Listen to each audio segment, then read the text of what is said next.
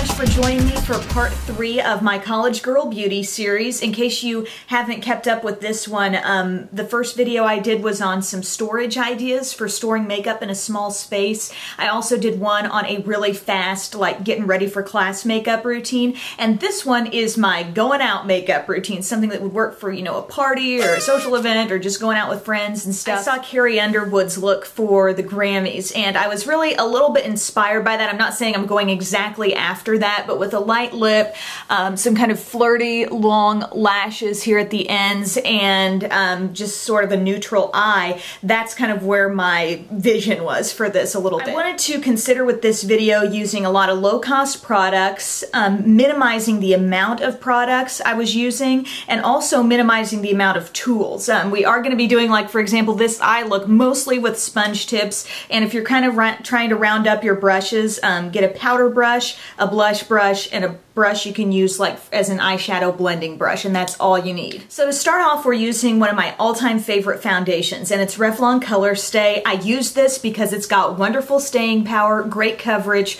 great price, and you can really adjust the way you apply this to get that look that you're after. I wanted a natural look, but I still wanted great coverage, so I used a spray bottle and a sponge, and after I dotted the foundation all over my face, I just squirted some water on this sponge, and something about that just really helps the foundation look natural. You just kind of press it into the skin. I feel like this is a really effective way to get the foundation on there but keep it looking like skin. I'm using my Maybelline Dream Lumi concealer, so it's in this little pen form. It's got a built-in brush and you can just go around wherever you feel you need this. For me, it was around my eyes and my nose and just any other spots of discoloration on my face. So you go around there with it, blend it in with your fingers, and then if you want to go back and apply a little bit more, I find that this is a really buildable, friendly concealer. You can apply a little bit more and it's still not going to cake up or look like too much. Next, I used a powder I'm really enjoying. It's from NYX, and you saw me use this in the One Brand tutorial, but it's Stay Matte but Not Flat.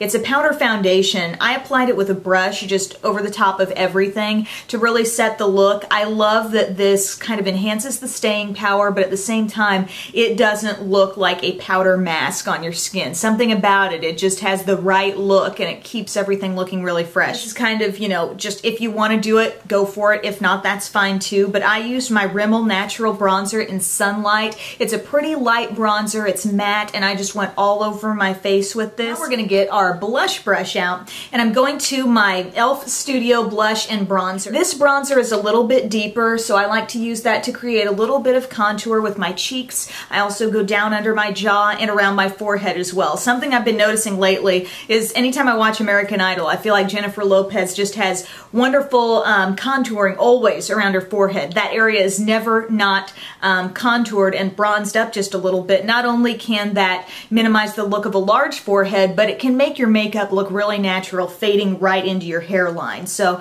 then using the same brush, I went to the blush in this compact, and it really has a little bit of a glow to it. If I'm trying to minimize the products I'm using, I'll use a blush like this because then I don't really feel the need to use a highlight because it just gives the face that glow. So peachy with a little golden shimmer, went around the apples of my cheeks with that, and I feel like it really livens up the face. Blush is so important, daytime, nighttime, anytime. The one high-end product that it is an optional thing, but it's becoming more of a must-have to me, and it is Urban Decay All Nighter Long-Lasting Makeup Setting Spray. I had a little bottle of this before, and now I'm feeling like I want to use it kind of after every time I apply my face makeup because I like the appearance it gives, takes away any powdery appearance, and I feel like it makes it last a whole lot longer. So I like to actually just spray this directly up into the air and let it kind of fall on my face instead of spraying directly on my face. I don't like the feeling of too much liquid hitting a made-up face. It just doesn't feel right to me, so I let it kind of mist down on me,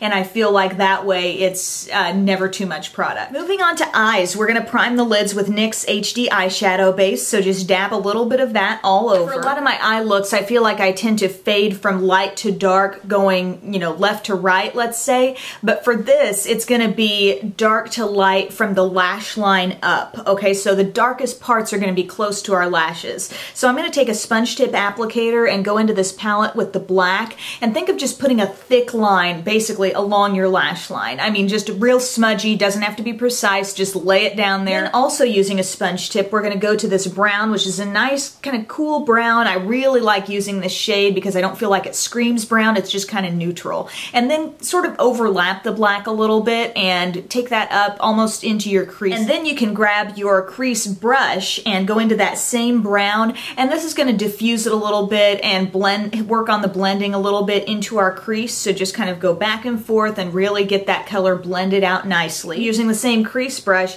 go to this other dark shade that's just up a little bit right here. I consider it kind of like a shimmery taupe, reminds me kind of satin taupe from MAC, and blend that right above your darkest shade there in the crease. So now, as you can see, we're getting this effect of darkest to lightest.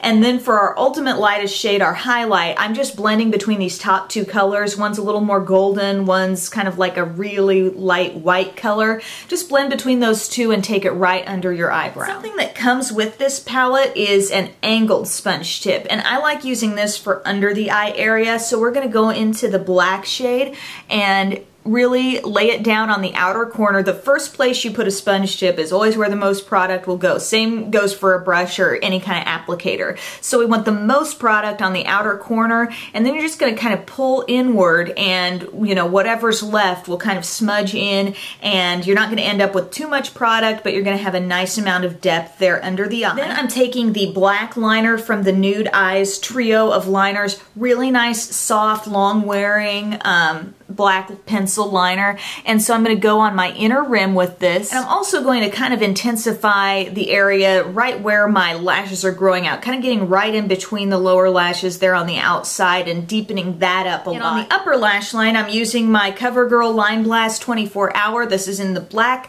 and I'm just going from inner to outer corner. We're going to lay the foundation there basically so we can set on some false lashes. Before we get to that though, I'm using one of my favorite mascaras, and this is the Almay One Coat Get Up and Grow mascara, and this was an Emily Award winner. I think the brush is fantastic. I think the formula is great as well. If you want something that really looks to kind of grab every lash, not too wet by any means, just go over your upper and your lower lashes with this. I'm using some false lashes. These are the number 307s, and these are half strip lashes. So you're just going to set these on the outer part of your eye, and it's going to give kind of this nice flirty sort of upturned look here on the outside. It's also easy too. For lips, I contemplated going with something brighter, but then I thought, you know, sometimes when you're going out, you don't necessarily want to be a slave to your lip color. Applying brighter colors or darker colors can be kind of tedious at times. You know, you really have to pay attention to what you're doing. If you're wearing a lighter shade, if it wears off, it's not as obvious, number one, and reapplying is a little more foolproof. So I'm using